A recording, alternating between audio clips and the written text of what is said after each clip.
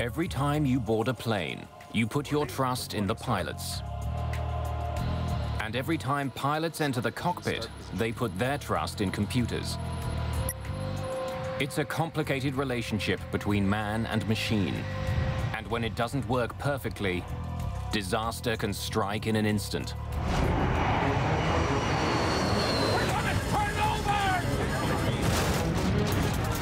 We didn't know we're going to live or die. Autopilot! Life and death decisions have to be made in a moment. Confusion can kill passengers and crew. Flying in today's world is a very complex task. The pilot's always the last line of defense. When the worst happens, the question is, who's flying the plane?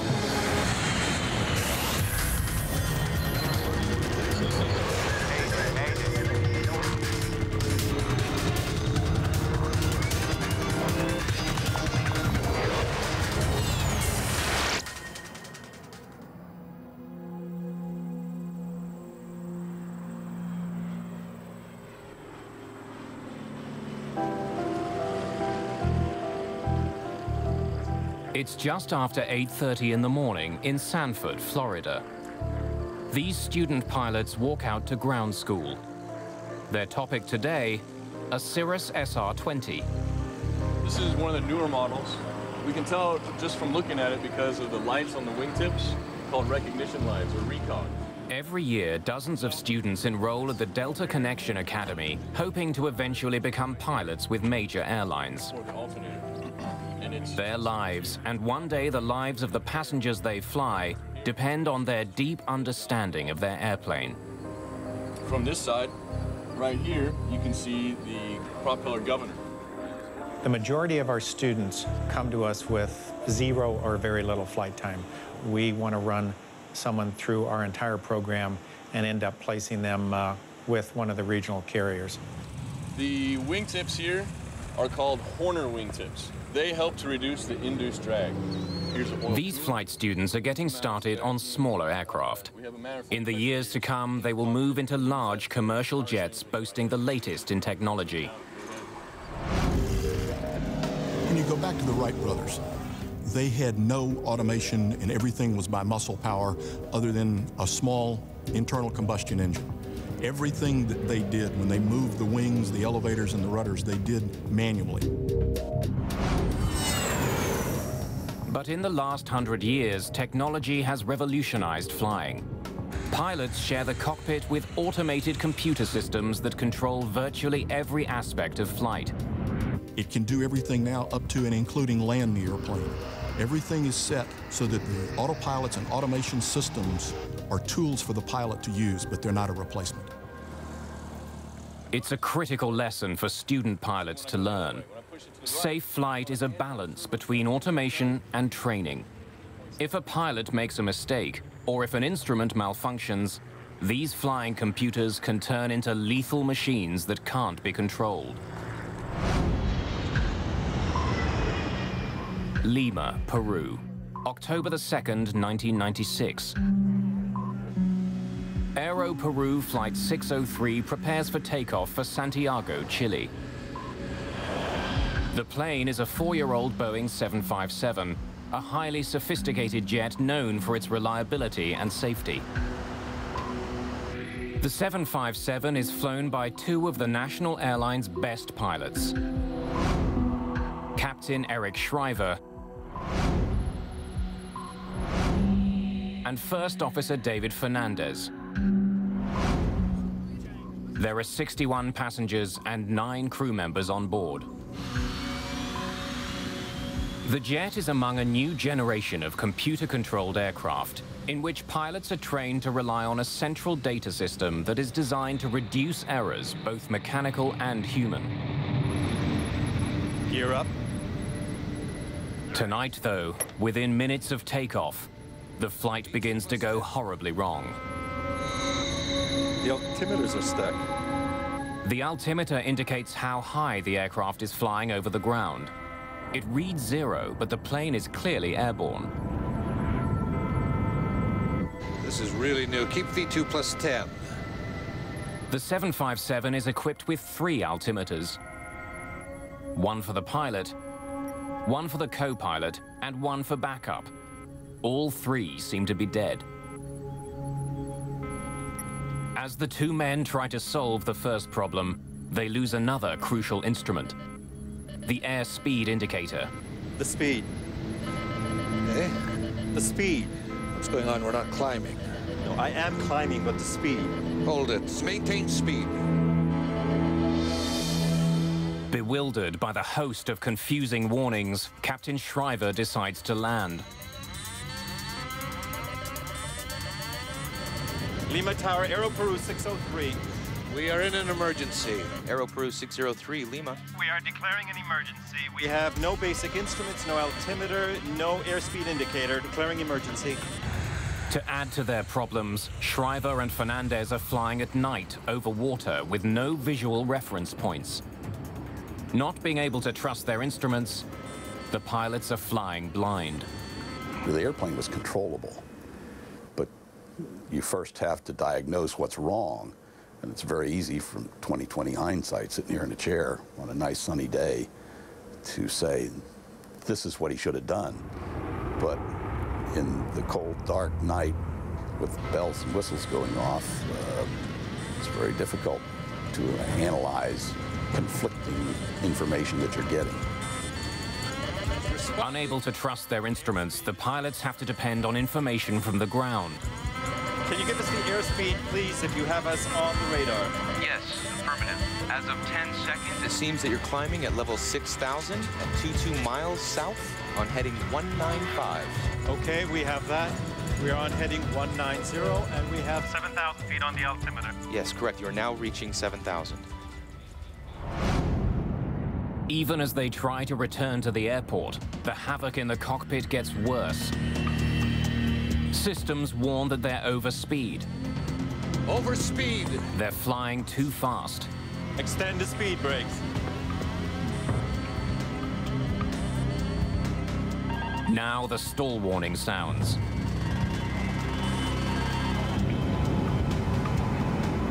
And then... What's happening? Too low terrain.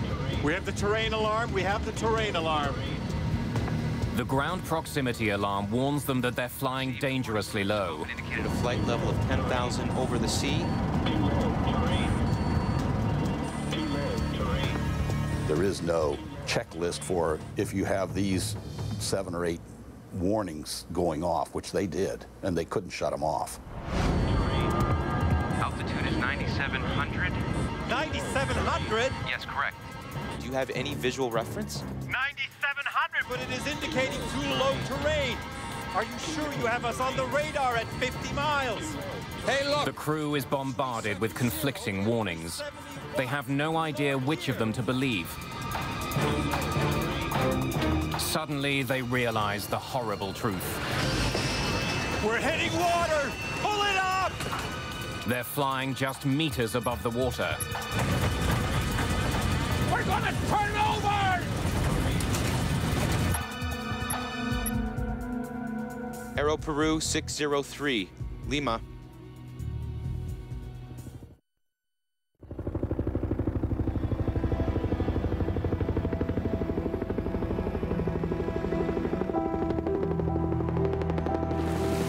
There are no survivors from Flight 603.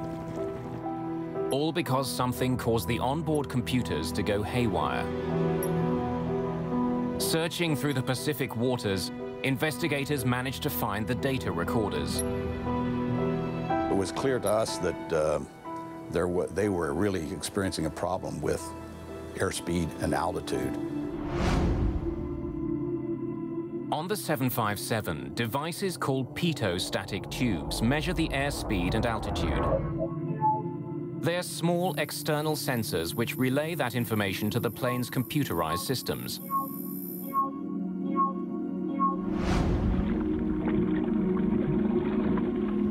Deep underwater, tape is discovered covering the plane's sensors.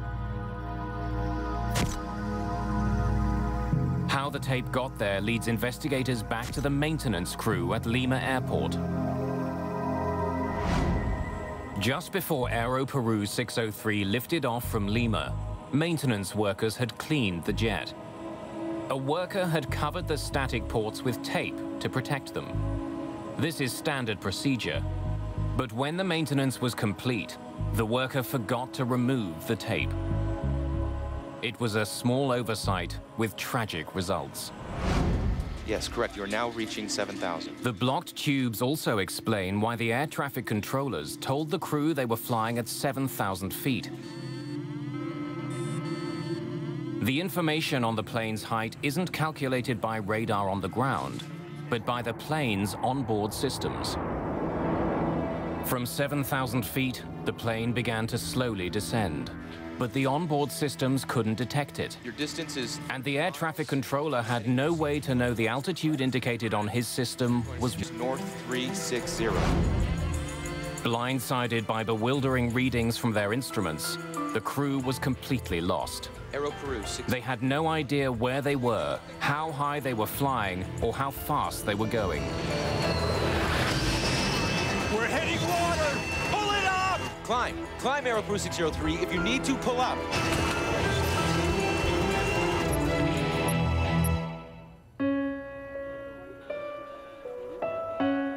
Aero Peru was a deadly lesson about how dependent pilots have become on their automated flight systems, and how helpless they can be when the systems are crippled. Student pilots need to understand the complex technology at the heart of their airplanes. When something goes wrong, they need to know who's in control.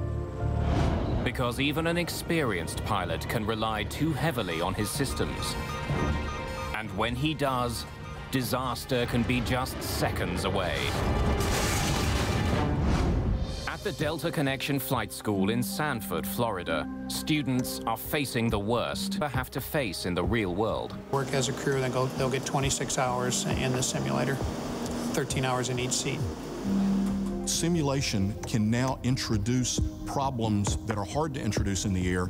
Doing it with simulation allows it to be repeated, and then if you are ever faced with the emergency, it becomes almost a matter of routine.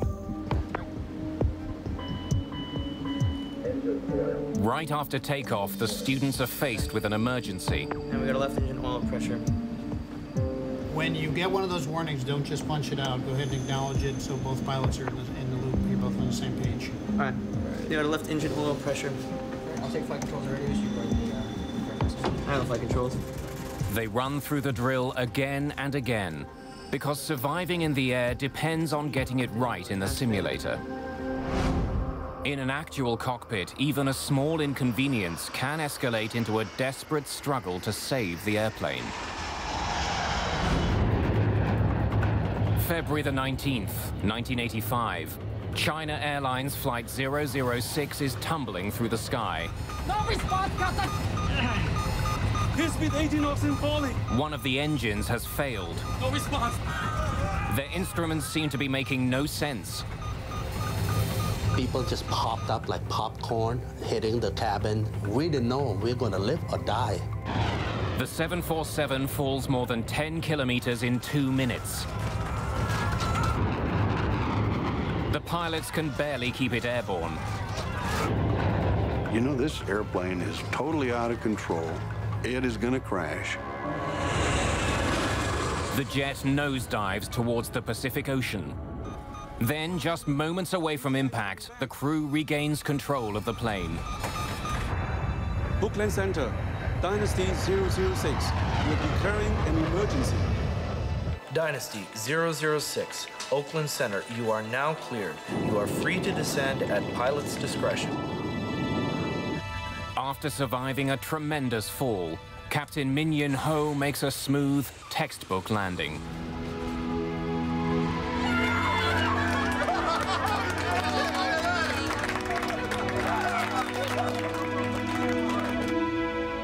I thought he was a hero. He saved our life. And we thought he was a hero and everything was fine. 24 passengers have suffered minor injuries. One crew member is hospitalized and soon released. But the 747 looks like it's been through a war zone.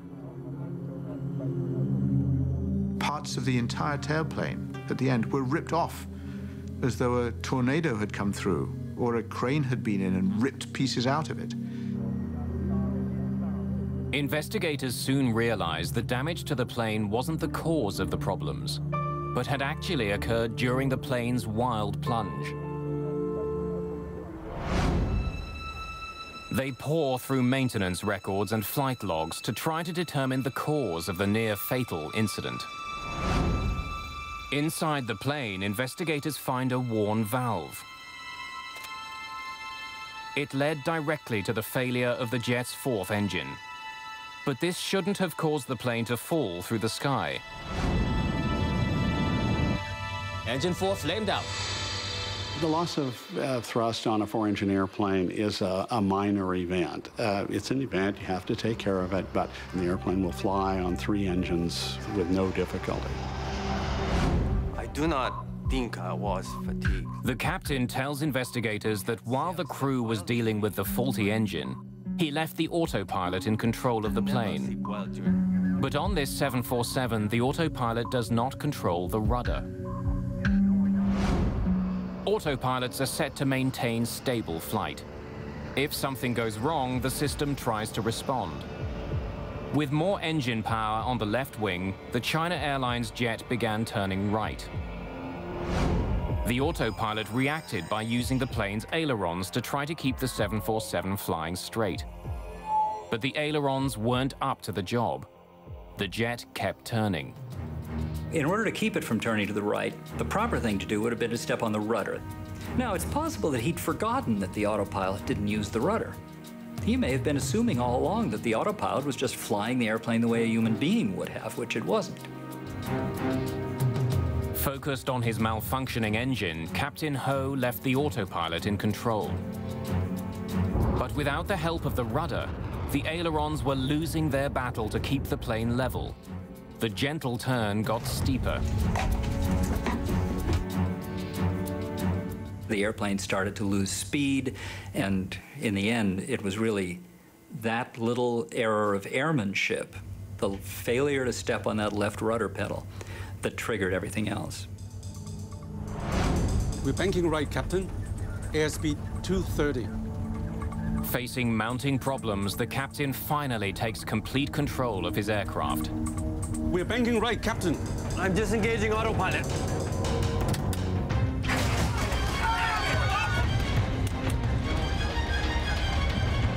When the autopilot snaps off, his situation only gets worse. Without the ailerons to control the jet's bank, the plane flips over. It plunges into thick clouds, and Captain Ho is unable to get his bearings. The crew has no visual reference point. They have no idea which way is up. They're totally dependent on their attitude indicators, but they don't think they're working properly. I've lost ADI. The ADIs have malfunctioned. It's going out of limits. But the instruments had not malfunctioned. They told the crew an unbelievable truth. They were falling towards the Pacific Ocean.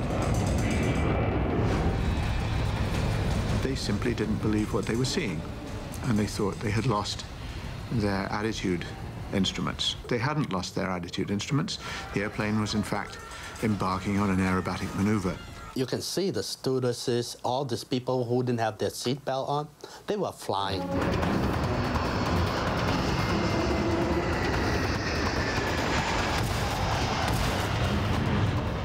It's only when the plane finally breaks free of the clouds that Captain Ho is able to regain control of his plane. I can see the horizon! Because he now has a visual reference.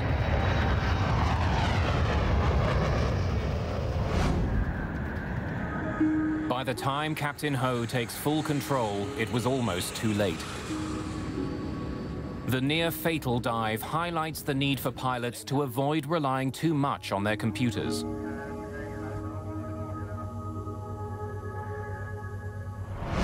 So what automation has done, in a sense, is taken pilots and taken them from being hands-on kind of controllers of the machine to monitors of what the automation is doing to the machine. You really are just sitting there with your arms folded, and this goes on for hour after hour after hour. And understandably, people become stupefied.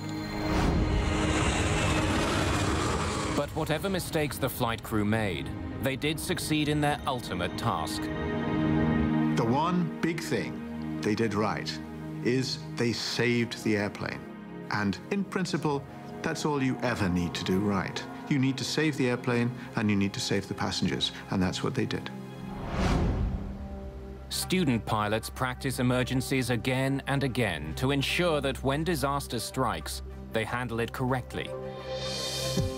Automation is an enormous aid to long-distance flying, but if a crew doesn't fully understand how their plane works, they can quickly get into a situation from which they cannot escape. Autopilot engaged. Autopilot engaged.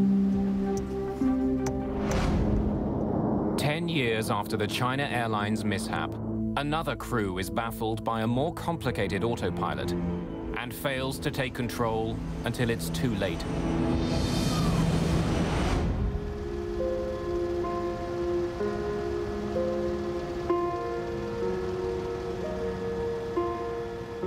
March 1994, Siberia. Search parties comb through the wreckage of Russian International Airlines Flight 593. All 75 people on board are dead. The plane was one of the newest in the fleet, a European-built Airbus A310. Listening to the cockpit voices, investigators are shocked by what they hear. Children's voices in the cockpit. They are stunned when they realize these children had operated the flight controls. The children were the son and daughter of the pilot in command, Captain Yaroslav Kudrinsky. Investigators begin to piece together an almost unbelievable story. On the evening of March the 22nd, 1994, Flight 593 begins its scheduled 10-hour journey to Hong Kong. I think it's going to be nice trip. Several hours into the jet's flight, the aircraft is cruising on autopilot. On board are two children taking their first international flight, Yana and Eldar Kudrinsky. A family friend and fellow pilot brings the children in to see their father. This is First Officer Igor Vladimirovich Piskarev. Hello. It's the beginning of a deadly chain of events. What do you think of our new airplane? It's very nice. It's amazing. Flight 593 is now over 2,000 miles east of Moscow, near the middle of Siberia. Secure in the knowledge that the autopilot is flying the plane, Captain Kudrinsky allows his children to sit in the pilot's seat and hold the controls. Unlike the China Airlines 747, the more sophisticated autopilot on this jet can control every part of the plane, including the rudder. Eldar's small pressure on the controls actually turns off part of the autopilot. Eldar is now manually controlling the jet's ailerons. Imperceptibly at first, the plane begins to bank. No one in the cockpit responds to the gradual change in direction. And the very design of the plane hides the fact that the jet is on the brink of disaster. Yes, it is. Another peculiarity of the plane is that it has no alarm signaling the disengaging of the autopilot in the lift channel. While our Russian planes have an alarm sounding in such an event. The autopilot is still controlling the plane's other functions. Only the ailerons are in Eldar's hands, but it's enough to affect the plane's flight.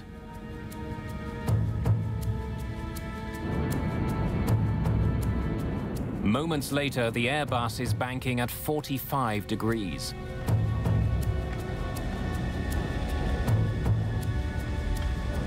The force of the turn pushes everyone into their seats.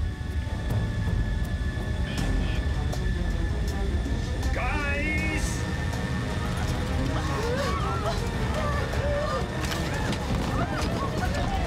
The increased G-force makes it difficult to reach the controls.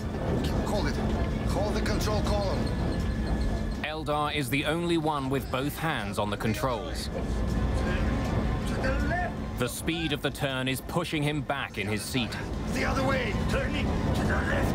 I am turning it left. Okay, get out. But Eldar can't leave. His body feels twice its normal weight.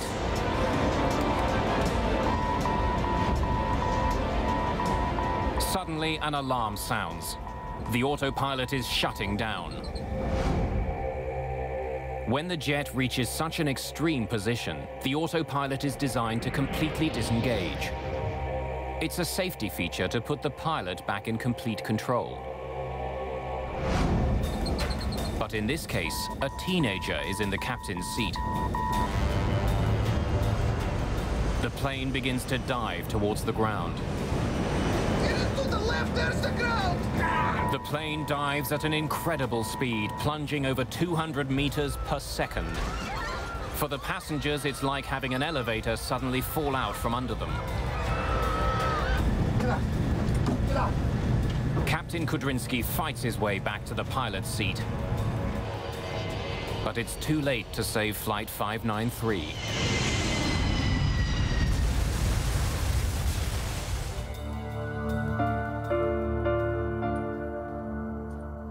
As in the China Airlines incident almost a decade before, the Russian crew was confused by their automation. But in this case, they couldn't regain control until it was too late. The accident began not with a mechanical problem, but with a simple decision made by a very experienced pilot. I've never heard of anything like that before or since. It was very unprofessional on the part of the captain. The first officer also bears some responsibility for not raising major objections immediately. To allow someone unqualified to sit in the seat of a commercial airliner is unthinkable. The crew's mistake was compounded because they didn't fully understand their computerized systems. We've gone into a zone, a holding pattern. 10 years later, another experienced pilot gets confused by his instruments. What? And this time, the situation is complicated by a common sensation pilots are trained to ignore. January the 3rd, 2004. A Flash Airlines charter flight is preparing to depart from the popular tourist resort of Sharm el-Sheikh, Egypt. 148 people are on board. Good morning, ladies and gentlemen. On behalf of Captain Kader and his entire crew, we welcome you on board Flash Airlines Boeing 737-300. The captain is 53-year-old Kader Abdullah, a former officer in the Egyptian Air Force. He has over 7,000 hours flying experience. Clouds and sky clear. QNH 1013. In the darkness before dawn, Captain Kader and his crew execute a smooth takeoff. Flying manually, they haven't yet engaged the plane's autopilot. But while still climbing, the flight plan is already beginning to fall apart. Turning right, sir. What? Aircraft is turning right. Turning right? How turning right?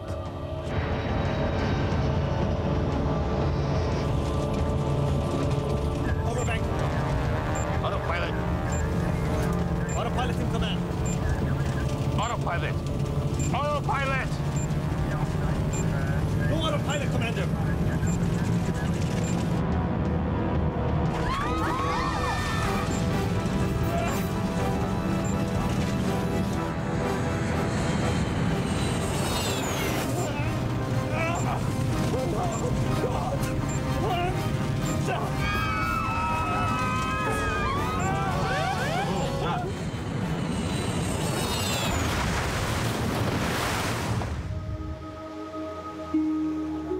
In the morning light, investigators find no one has survived the horrific accident.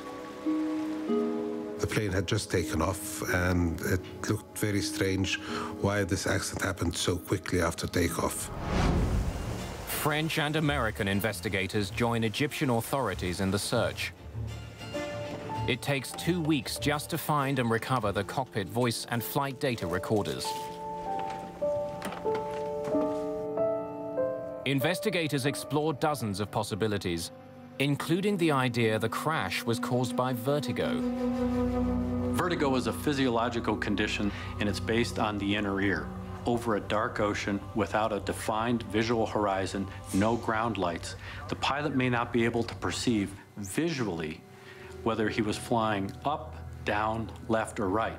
And if the fluid in his inner ear was moving where he tilted his head, that may induce a sensation, a physiological sensation, that may cause the pilot to believe the airplane is flying straight and level when it's actually turning. Roger, when ready, inshallah. Left turn to establish 306, Sharm VOR. As the plane banked over the Red Sea, it slowly began going off course.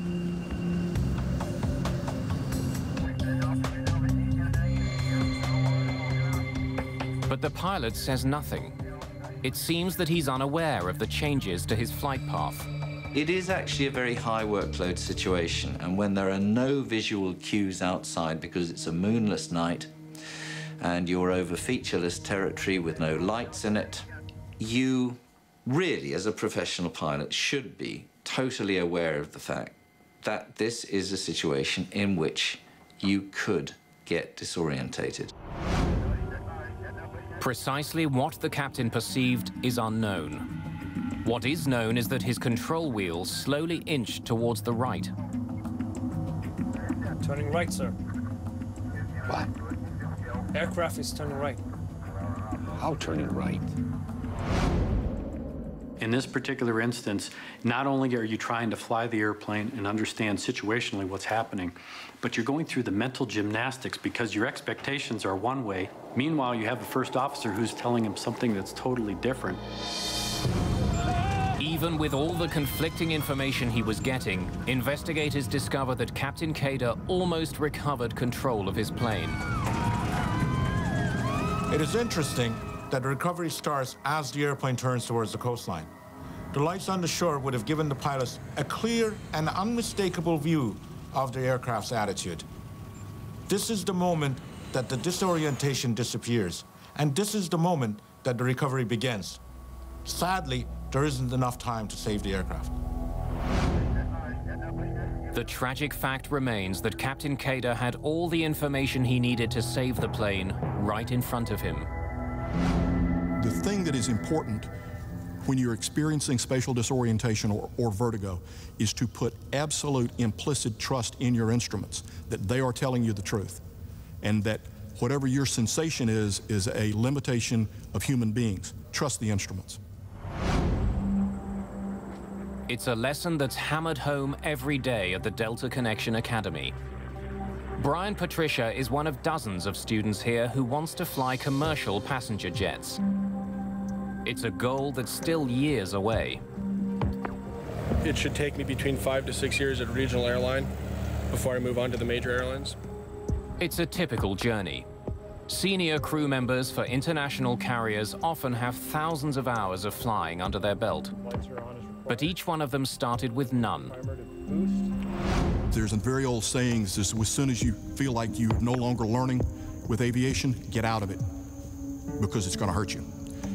Training is ongoing. Recurrent training is an integral part of safe flying. The reason we have the safe level of flight that we do today is in a very large part because of the adequacy and completeness of the training. Relying on your instruments, trusting your automation is one of the most fundamental lessons of flight training. Insert the ignition key, clear the propeller area, and then start the engine.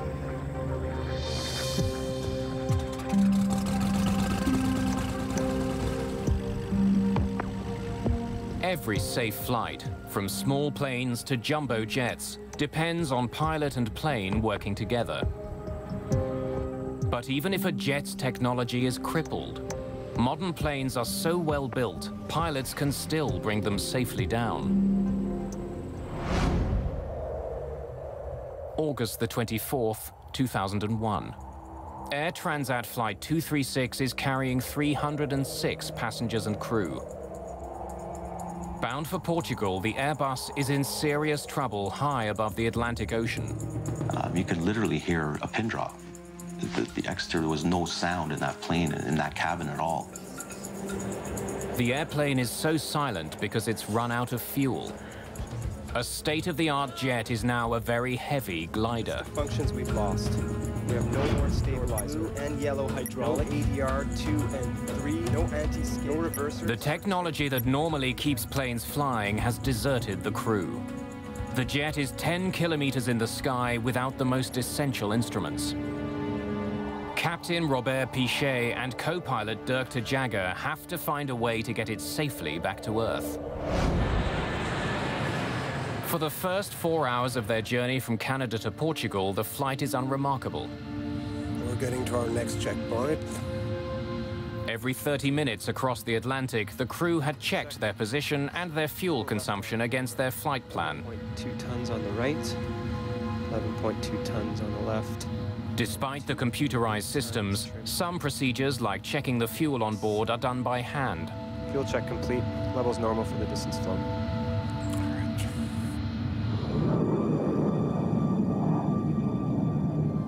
But then, a small alarm breaks the air of routine in the cockpit. Look, we're getting a warning signal. Oil temp low and oil pressure high on number 2. The computer display shows that the oil temperature is low in engine number 2, but it also shows that the oil pressure is high. Look in the QRH for more information. A low oil temperature indication is normally indicative of bad readings, some bad sensor. Oil temperatures don't decrease normally, they increase. A low oil temperature would be of no concern. The high oil pressure is a very strange indication. It's very rare. In fact, I've never actually heard of one. The oil readings are so unusual, the pilots believe they might indicate a computer error.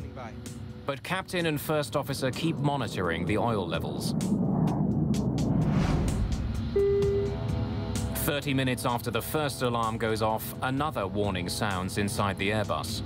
Fuel imbalance warning. Haven't seen that before. Follow all ECAM action. I have air traffic control. In the Airbus 330, most of the fuel is contained in large tanks on the wings. The computer had detected that the fuel level on the right is significantly lower than the level on the left. Looking it up in the flight manual recommends transferring fuel through a special cross-feed valve. Fuel will then flow from one tank to the other.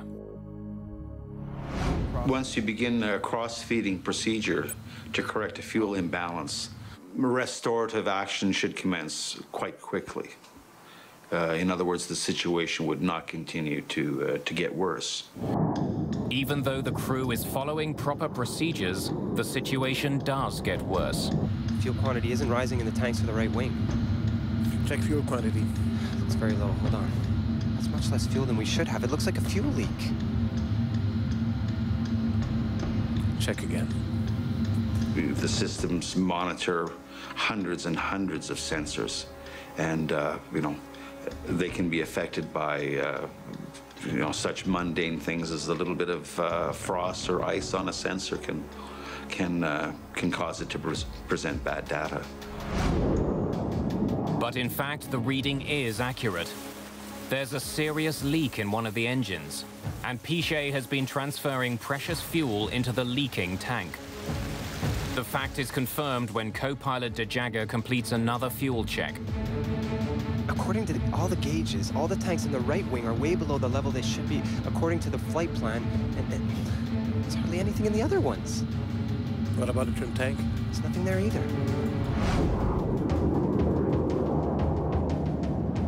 With every passing second, the leak drains the tanks of their remaining fuel, until finally, the jet is running on empty.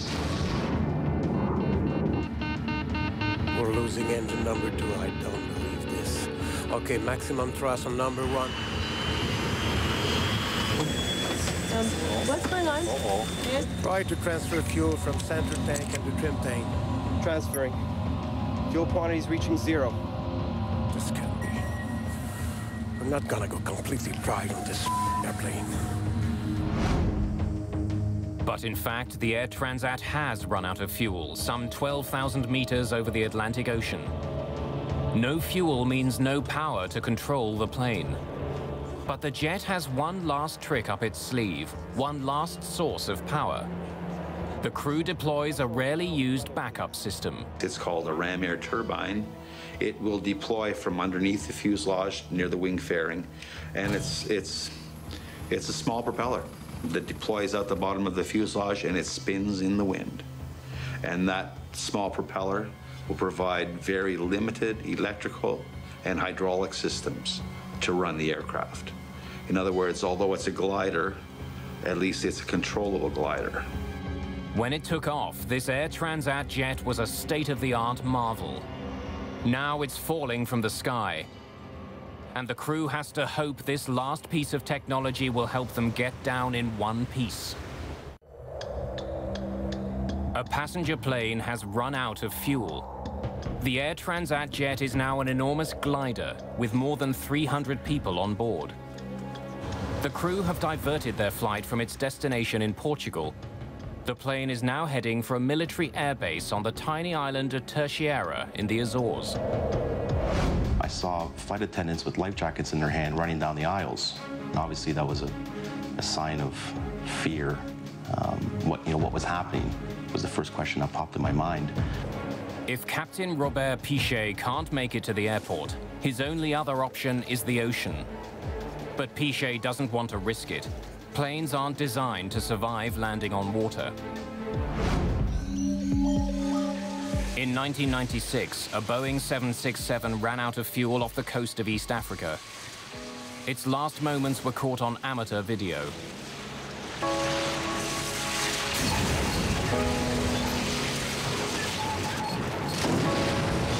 Of the 175 people on board the Ethiopian Airways jet, only 50 survived. Without vital controls, Captain Pichet and co-pilot Dirk de Jager have to rely on each other like never before. The thought that a commercial airliner is going to find itself out of fuel with all the safeguards and all the redundancies is hard to fathom. This crew faced it together. Slats out and locked. The very design of the plane prevents it from dropping like a stone. Even without engines, the plane's forward momentum gives it some lift.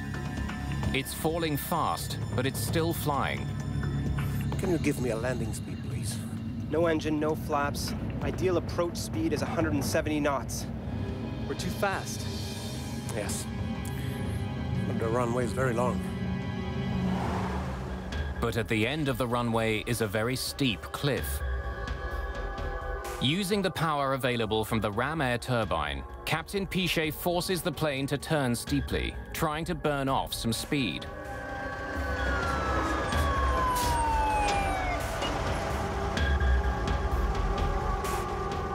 The plane was almost on a 45-degree angle. I thought it was just gonna flip over and just nosedive straight down. Everybody, I need you to brace. Hang on.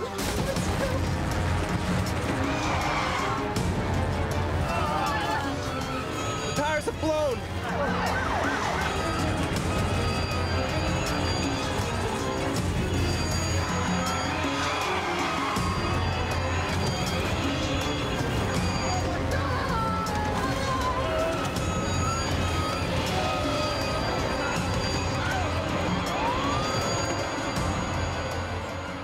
After bursting 8 tires, the plane finally stops in the middle of the runway.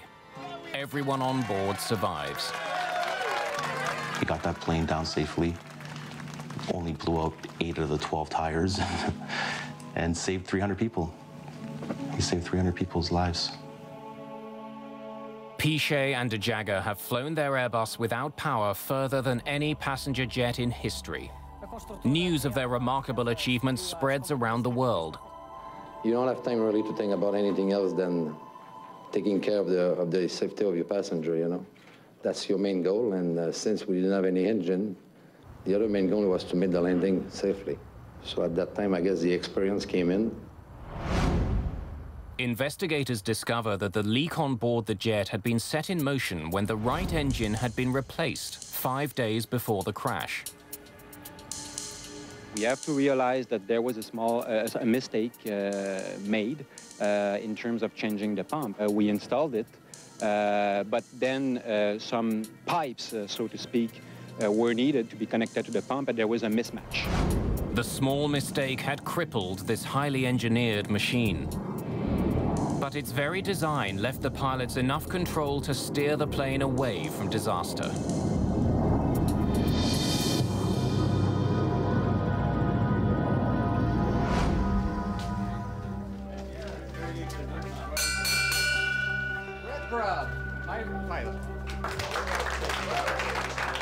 At the Delta Connection Academy in Sanford, Florida, another student has earned his wings. After 14 months of training, he's one step closer to becoming a commercial pilot. We don't take everybody here at the Academy. We want people that are motivated, that want to come, that have a passion for flying. It's a career that you've got to want deep inside to accomplish. Otherwise, you'll never make it through. Accidents have reinforced the need for pilots to understand the complicated relationship between crew and computers. The lives of countless people depend on it. Pilots take the responsibility for their passengers very, very, very seriously. We're responsible from the time that that passenger enters the airplane until they leave at the destination. The pilot's always the last line of defense. Automated systems make flying more predictable and dependable. But it's the marriage of computers and crew that ultimately makes flying one of the safest ways to travel. Forensic science takes us one step closer to understanding the strange killings in the animal kingdom. The brand new series of Predator CSI, Wednesday on the National Geographic Channel.